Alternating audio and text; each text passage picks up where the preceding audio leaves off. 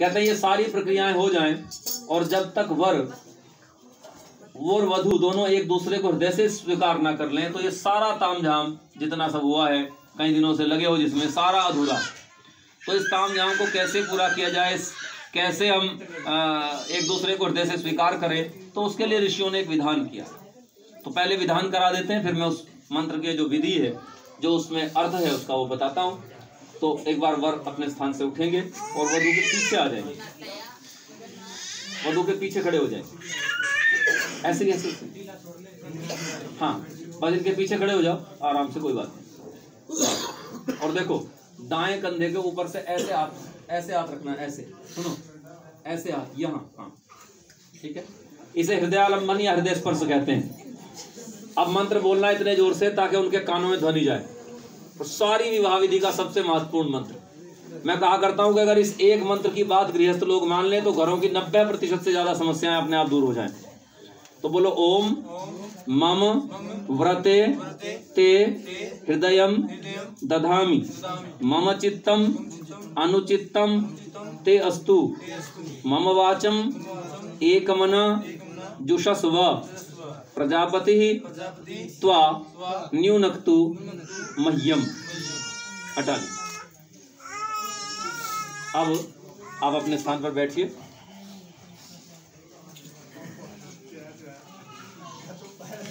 वधु अपना दायां हाथ आगे से ले जाते हुए वर के हृदय को स्पर्श करे।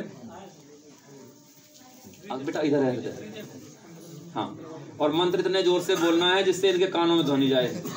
हाँ बोलो ओम मम व्रते ते हृदयम दधामि मम चित्तम अनुचित्तम ते अस्तु मम वाचम एकमना जुषस्व प्रजापति त्वा न्यूनक्तु मह्यम। हटा लीजिए आप दोनों ने इस मंत्र में एक दूसरे से 4-4 वाक्य कहे हैं और ये 4-4 वाक्य अपने आप में जीवन जीने की कला है। आपने एक दूसरे से कहा मम व्रते ते हृदयम दधामि, अर्थात मैं अपने व्रत को आपके हृदय में धारण करवाता हूँ। वधु ने भी कहा कि मैं भी अपने व्रत को आपके हृदय में धारण करवाती हूँ। व्रत कहते हैं संकल्प को, व्रत कहते हैं विचार को।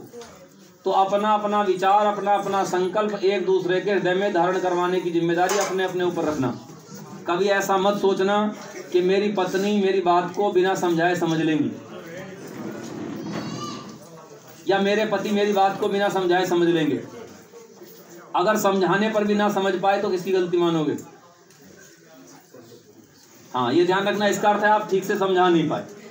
तो यदि अपनी गलती मानने को तत्पर रहोगे तो जीवन में कभी बाधा नहीं आएगी। दोनों के लिए यही बात है। कहते हैं इसका ठीक से पालन ना हो पाए तब दूसरी बात है। और दूसरी बात है मम चित्तम अनुचित्तम ते अस्तु, अर्थात मेरा मन आपके मन के अनुकूल हो जाए, आपका मन मेरे मन के अनुकूल हो जाए। संसार के सब पति पत्नी यही चाहते हैं कि उनके जो दूसरे साथी हैं उनका मन उनके अनुकूल हो जाए। लेकिन गड़बड़ क्या होती है कि वो दूसरे के मन को तो अपने अनुकूल करना चाहते हैं लेकिन अपने मन को दूसरे के अनुकूल नहीं करना चाहते। इससे अहंकार टकराते हैं और जीवन बर्बाद हो जाते हैं। करना क्या है? अपने मन को दूसरे के अनुकूल करने का प्रयास करना है। इससे अहंकार नहीं टकराएंगे और हो भी वही जाएगा जो चाहते हो।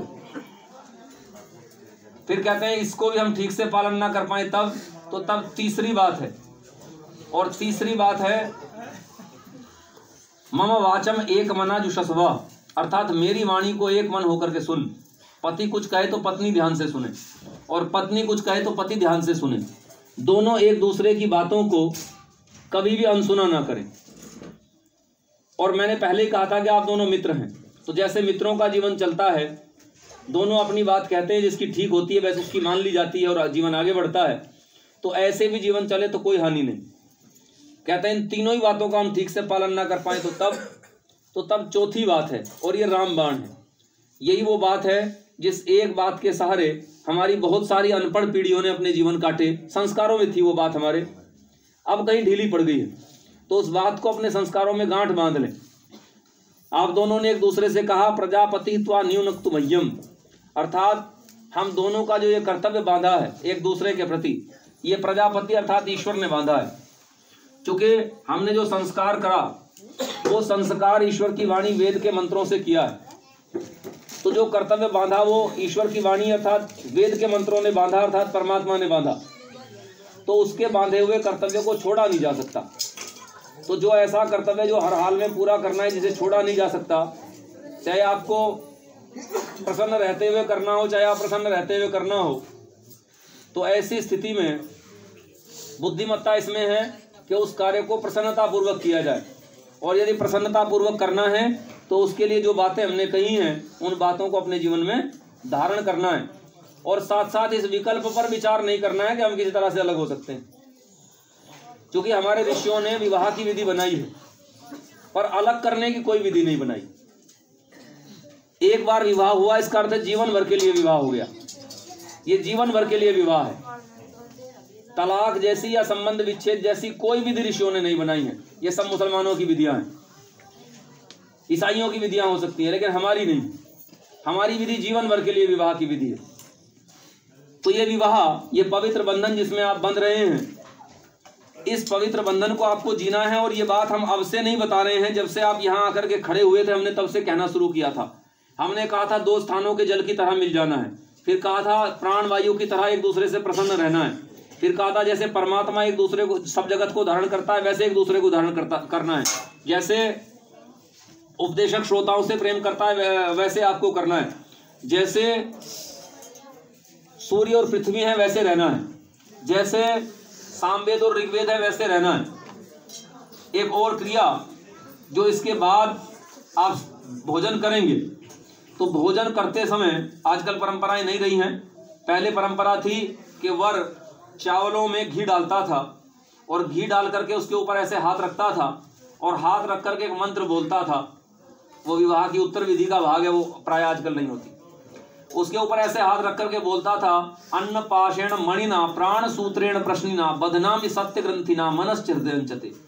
अर्थात जैसे अन्न और प्राण एक साथ बंधे हुए हैं, वैसे मैं अपने मन और हृदय को तेरे मन और हृदय के साथ बांधता हूं। कहते हैं किससे बांधोगे? तो कहते हैं बदनाम सत्य ग्रंथिना, सच की गांठ से बांधता हूं। तो ध्यान रखना, आपस में सच की गांठ से जितने बंधे रहोगे, हम तो कहते हैं सच बोलकर अगर लड़ भी लोगे तब भी संबंध मजबूत होगा, और अगर झूठ बोलकर एक दूसरे को प्रसन्न कर भी लिया तो वो झूठ भविष्य में आपके संबंध को कमजोर कर देगा। इसलिए जितना हो सके यथार्थ पर, सत्य पर रहना है। आपस में आपके बीच में झूठ का स्थान नहीं होना चाहिए। उसके लिए उतना स्थान छोड़ना ही मत, के आज ऐसी स्थितियों में मत रहना कि आपको एक दूसरे के प्रति झूठ बोलना पड़े। तो वैसा भाव बना करके रखना। वो रोली होगी, रोली निकालिए, एक दोने में निकाल करके रोली दीजिए। नहीं, रोली वो सिंदूर सामान में निकला होगा, रोली होगा। इसमें पैकेट नहीं था रोली का? नहीं। ले आओ, तब तक इनसे कुछ आवतियां कराइए, आवतियां कराइए। थोड़ा आगे हो जाओ, इसको थोड़ा सा आगे कर लो। पट्टे को क्या नाम है इसका? पटला, पाटला, ठीक है, ये बढ़िया। बैठ जाओ, कोई बात नहीं, ज्यादा नहीं, घी की जरूरत नहीं। हाँ, उधर चलो, उधर घी दे दो थोड़ा, वहां घी ना हो तो घी दे दो। इसी में से कर दो थोड़ा सा, अरे इसी में से आधा उधर कर दो, 4-5 आवतियां ही हैं, आधा कर दो उसमें, आधा इधर दे। आहुति करेंगे। ओम यादस्य कर्मणोत्यरीरिजै यद्वान्योनमिहाकरम् अग्निष्टत्विष्ट कृत विद्यात् सर्वं स्विष्टं सुहूतं करोतु मे। अग्नये स्विष्टकृते सुहूतहुते सर्वप्रायश्चित्ताहुतीनां कामानां सामर्थयित्रे सर्वान्नाः कामान् सामर्थय स्वाहा। पूरी चम्मच भर के डालो, चाहे अपने हाथ में पकड़ लो कटोरी, कोई बात नहीं। ओम भूरग्नये स्वाहा इदम अग्नये नमः। ओम भूरवायवे स्वाहा इदम वायवे नमः। ओम स्वरादित्याय स्वाहा इदम आदित्याय नमः। ओम भूर्भुवः स्वरग्निवायवादित्येभ्यः स्वाहा। इदमग्निवायवादित्येभ्यः इदं नमः। रख दीजिए चम्मच। आ गया सिंदूर। सिंदूर वर को दे दें। हाँ जी, अपनी अंगूठी निकाल लें और दोने में करके सिंदूर दो जी। नरेंद्र जी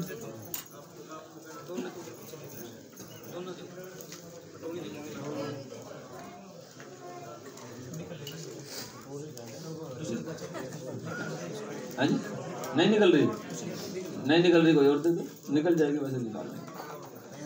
हाँ निकाल, पेन से किसी चीज से तोड़ दीजिए उसको। हाँ, और थोड़ा सा निकाल दो बस।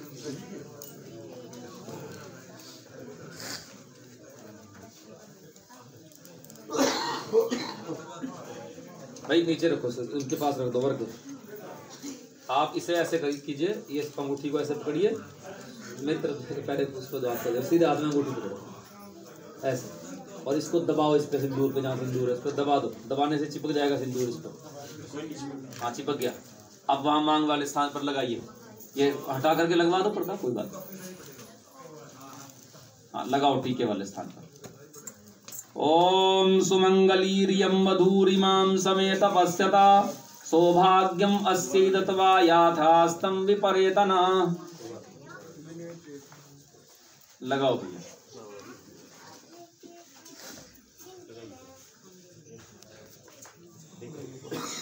आप लोगों की जानकारी के लिए बता देता हूं कि ये सिंदूर लगाना कोई शास्त्र की प्रक्रिया नहीं है, शास्त्रीय प्रक्रिया नहीं है। शास्त्र में नहीं लिखा है सिंदूर लगाने के लिए, मेरी पुस्तक में भी नहीं लिखा, लेकिन लोकाचार है, संसार में लोग लगवाते हैं इसलिए लगवा देते हैं। शास्त्रकार कहता है कि वर वधू के मस्तक पर अपना दायां हाथ रख करके ये मंत्र बोले, और मंत्र कह रहा है कि वर ने कहा कि सुमंगलीरियं वधू, कहते मेरी यह वधू सुमंगली है, अच्छी प्रकार से मंगल करने वाली है। कहते इमाम समेत पश्यता, इसको अच्छी प्रकार से देख लीजिए। और कहते हैं सौभाग्यम अस्यैदत्वा, इसको सौभाग्य का आशीर्वाद दे करके, कहते हैं याथास्तं विपरेतना, कहते हैं जहां जहां से आए थे वहीं वहीं की तरफ चले जाइए। अर्थात हमारा कार्य संपन्न हुआ, हमें आशीर्वाद दीजिए और अपने अपने घर की ओर प्रस्थान कीजिए। कहते हैं सदा सदा के लिए नहीं, लेकिन पुनः पुनः जब जब मेरे घर पर शुभ कार्य हो, पुनः पुनः पधारने के लिए आप अपने घर की ओर प्रस्थान करें। तो अब ये आशीर्वाद मांग रहे हैं तो सब लोग आशीर्वाद देंगे। तो ये पुष्पों की जो पंखुड़ियां हैं ये सब तरफ बंटवा दीजिए, बंटवा दो। हम तो कहते हैं जो ऊपर है उन्हें भी दिया। बहुत मेहनत कर रखी है उन्होंने, कोई कम मेहनत थोड़ा की है, तब से लगातार डटे हैं।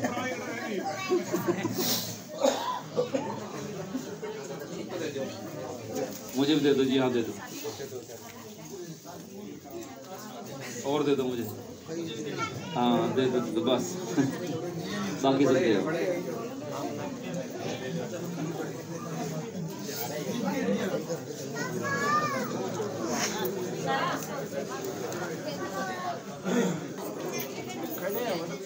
बिल्कुल खड़े होकर के आशीर्वाद दीजिए। सब मेरे साथ साथ बोलिए।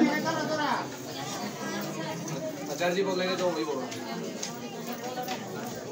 सभी बोलिए। ओम सौभाग्यमस्तु, ओम शुभम भवतु, ओम सौभाग्यमस्तु, ओम शुभम भवतु, ओम सौभाग्यमस्तु, ओम शुभम भवतु। नव दंपतिः इयं गृहस्थे ईश्वर कृपया आनंदिता मोदमाना सदा भूयासु। ओम स्वस्ति स्वस्ति स्वस्ति।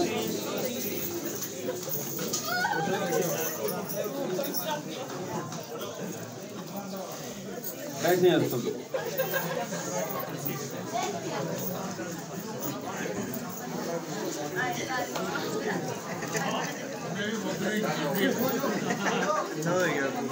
दोनों पक्ष वार फेर आदि जो कुछ करना हो तो करते हैं ना, एक बार न्योछावर।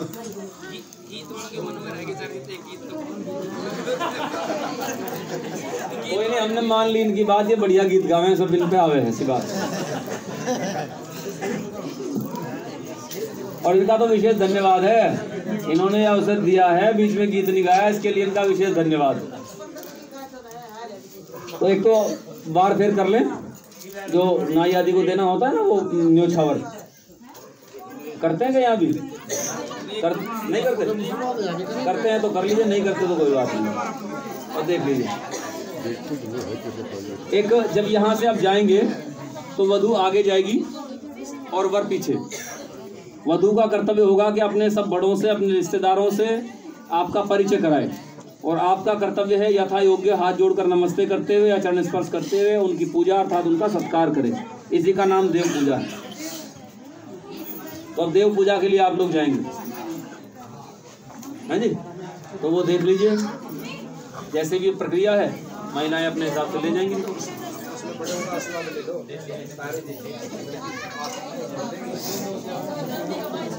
जो भी इन्होंने व्यवस्था बना रखी है, जो भी आसपास है मंडप में, जो पकड़ दो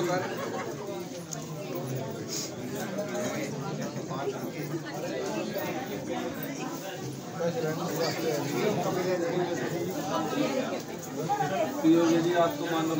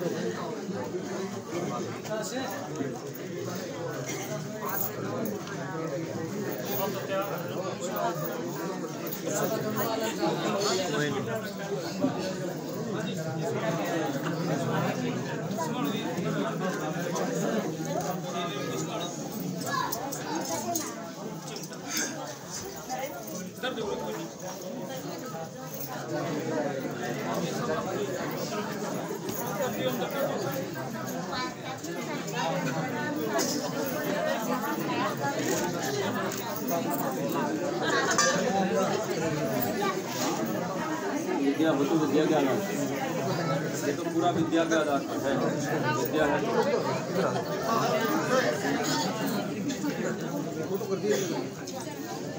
बोलिए ओम स्वस्ति भवन्तः ब्रुवन्तु। ओम स्वस्ति न इंद्रो वृद्धश्रवाः स्वस्ति न पूषा विश्ववेदाः स्वस्ति नस्तारक्षो अरिष्टनेमिः स्वस्ति नो बृहस्पतिर्दधातु। ओम स्वस्ति स्वस्ति